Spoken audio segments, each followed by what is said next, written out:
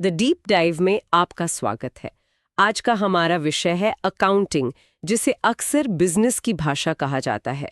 हम समझेंगे कि इसका मतलब क्या है और यह एक फाइनेंशियल इंफॉर्मेशन सिस्टम के तौर पर कैसे काम करता है। हमारे पास जो स्रोत हैं वे आरबीआई ग्रेड बी, सेबी और यूपीएससी जैसी प्रतियोगी परीक्षाओं के लिए तैयार किए गए स्टडी नोट्स हैं। हमारा मिशन इन नोट्स के हर पहलू को सरल और स्पष्ट तरीके से समझना है, ताकि फंडामेंटल कॉन्सेप्ट्स बिल्कुल साफ हो जाएं। तो चलिए इसे खोलते हैं। सबसे बुनियादी सवाल से शुरू करते हैं। अकाउंटिंग आखिर है क्या? ये सिर्फ हिसाब किताब रखने से कितना ज्यादा है? ये हिसाब किताब से आप कह सकते हैं बहुत ज्यादा है। टेलर और शेयरिंग की एक बहुत अच्छी परिभाषा है। वो कहते हैं कि ये एक कला भी है और विज्ञान भी। कला और विज्ञान दोनों? ये तो काफी दिलचस्प है। हाँ, विज्ञान इसलिए क्योंकि इसके अपने नियम हैं, अपने सिद्धांत हैं, और कला इसलिए क्योंकि इन नियमों को अलग-अलग बिजनेस की स्थितियों में सही तरीके से लागू करने के लिए एक स्किल चाहिए। इसका मकसद दो चीजें दिखाना है। एक निश्चित समय पर बिजनेस की सही वित्तीय स्थिति क्या है और उस दौरान कितना लाभ या हानि हुई है। यहाँ एक दिलचस्प बात है। हमारे नोट्स में बार बार ये कहा गया है कि अकाउंटिंग बिजनेस की भाषा है। इसकी जरूरत क्यों पड़ती है? हम आम भाषा में बात क्यों नहीं कर सकते? बहुत अच्छा सवाल है। देखिए, एक बिजनेस में कई तरह की घटनाएं होती हैं। मान लीजिए दो कर्मचारियों के बीच झगड़ा हो गया। अब इससे कंपनी के मुनाफे पर असर पड़ सकता है, लेकिन कितना, ये बताना बहुत मुश्किल है। ये सब्जेक्टिव है। हाँ, इसे नंबर में कैसे बताएंगे? एग्जैक्टली। इसीलिए इसे नॉन मॉनेटरी इवेंट माना जाता है और इसे खातों में दर्ज नहीं किया जा सकता। अकाउंटिंग केवल उन लेनदेनों या इकोनॉमिक इवेंट्स को रिकॉर्ड करता है जिन्हें पैसे में मापा जा सकता है, जैसे माल खरीदना या बेचना। अच्छा। यही वजह है कि इसे एक अलग भाषा की जरूरत है, ताकि सभी के लिए जानकारी ऑब्जेक्टिव हो, कंसिस्टेंट हो और समझने योग्य हो। तभी तो सही निर्णय लिए जा सकते हैं। ठीक है, तो हम सिर्फ मॉनेटरी ट्रांजैक्शंस रिकॉर्ड करते हैं, लेकिन इसकी प्रक्रिया क्या है? मतलब ये काम कैसे करता है? हाँ, तो इसकी एक व्यवस्थित प्रक्रिया है, एक पूरा सिस्टम है। ओके। सबसे पहले सभी लेनदेन एक स्टैंडर्ड किताब में दर्ज किए जाते हैं, जिसे जर्नल कहते हैं। ये बिजनेस की डायरी की तरह है। जर्नल, ठीक है। इसके बाद एक जैसी प्रकृति की सभी एंट्रीज को एक साथ एक जगह पर रखा जाता है, जिसे लेजर कहते हैं। जैसे एक कैश लेजर में नकदी से जुड़े सभी लेनदेन एक साथ मिल जाएंगे। मतलब सॉर्टिंग हो जाती है। बिल्कुल। फिर लेजर के जो क्लोजिंग बैलेंसेस होते हैं, उन्हें एक स्टेटमेंट में ले जाया जाता है, जिसे ट्रायल बैलेंस कहते हैं। इसका मुख्य उद्देश्य खातों की अरिथमेटिकल एक्यूरेसी की जांच करना है। ठीक है, यानी कोई गणित की गलती तो नहीं हुई? हाँ, और अंत में ट्रायल बैलेंस से जानकारी लेकर फाइनेंशियल स्टेटमेंट्स बनाए जाते हैं, जैसे प्रॉफिट एंड लॉस अकाउंट और बैलेंस शीट, जो बिजनेस की परफॉर्मेंस और पोजीशन बताते हैं। स्रोत में एक चार्ट है जो इस प्रक्रिया को दो मुख्य भागों में बांटता है: जनरेटिंग फाइनेंशियल इंफॉर्मेशन और यूजिंग द फाइनेंशियल इंफॉर्मेशन। इसमें क्या अंतर है? बिल्कुल, ये एक बहुत जरूरी डिस्टिंक्शन है। जनरेटिंग इन्फॉर्मेशन में पहले 3 चरण आते हैं: रिकॉर्डिंग, जो जर्नल के माध्यम से होता है, क्लासिफाइंग, जो लेजर के माध्यम से होता है, और समराइजिंग, मतलब फाइनेंशियल स्टेटमेंट्स बनाना। ये आप कह सकते हैं डेटा बनाने का हिस्सा है। और यूजिंग द फाइनेंशियल इंफॉर्मेशन? वो डेटा को इस्तेमाल करने का हिस्सा है। इसमें अगले 3 चरण आते हैं: एनालाइजिंग, मतलब आंकड़ों के बीच संबंध स्थापित करना; इंटरप्रेटिंग, मतलब उन संबंधों का अर्थ समझाना, सिर्फ क्या हुआ नहीं बल्कि क्यों हुआ; और अंत में कम्युनिकेटिंग, यानी इस जानकारी को एंड यूजर्स तक पहुंचाना। और ये यूजर्स कौन है? मुझे लगता था पहले तो ये सिर्फ मालिक के लिए होता था। हाँ, पहले ऐसा ही था, लेकिन अब इसका दायरा बहुत बढ़ गया है। अब यूजर्स में इंटरनल और एक्सटर्नल दोनों शामिल हैं। इंटरनल हो गए जैसे मैनेजमेंट, जो डे टू डे डिसीजंस लेते हैं। सही, और एक्सटर्नल में आ गए इन्वेस्टर्स, लेंडर्स, सप्लायर्स, सरकार और यहां तक कि आम जनता भी। अच्छा, तो इस पूरी प्रक्रिया का अंतिम लक्ष्य क्या है? मतलब हम इससे क्या हासिल करना चाहते हैं? देखिए, इसके कई उद्देश्य हैं।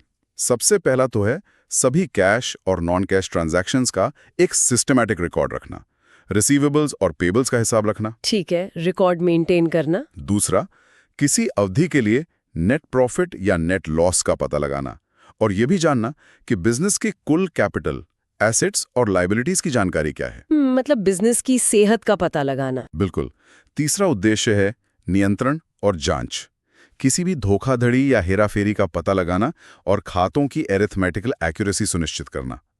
और चौथा, जो बहुत महत्वपूर्ण है, वो है मैनेजमेंट की सहायता करना। वो कैसे? मैनेजमेंट को अकाउंटिंग रेशियोज और रिपोर्ट्स देकर नीतियां बनाने, लागत को नियंत्रित करने और भविष्य के लिए सही निर्णय लेने में मदद करना। यहाँ कुछ सच में दिलचस्प हो रहा है। अगर ये जानकारी इतनी महत्वपूर्ण है तो इसमें कुछ गुण भी होने चाहिए। अच्छी अकाउंटिंग इन्फॉर्मेशन की क्या पहचान है? हाँ, एक अच्छी अकाउंटिंग इन्फॉर्मेशन में 6 मुख्य विशेषताएं होनी चाहिए। पहली है रेलेवेंस, मतलब जानकारी निर्णय लेने की प्रक्रिया के लिए उपयोगी होनी चाहिए, काम की होनी चाहिए। बिल्कुल।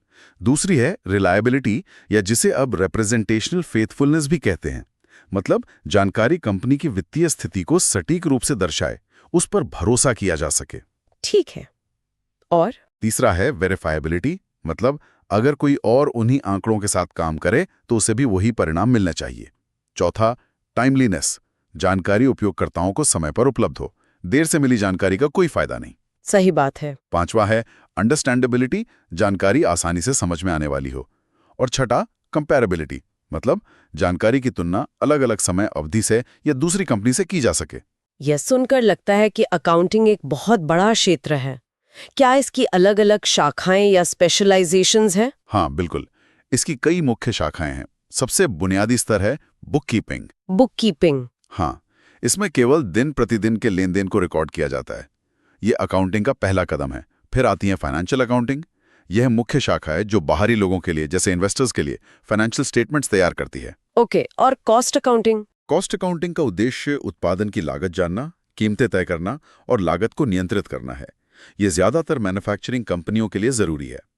फिर है मैनेजमेंट अकाउंटिंग, जो मैनेजमेंट को आंतरिक रिपोर्ट प्रदान करती है ताकि वे नीतियां बना सकें।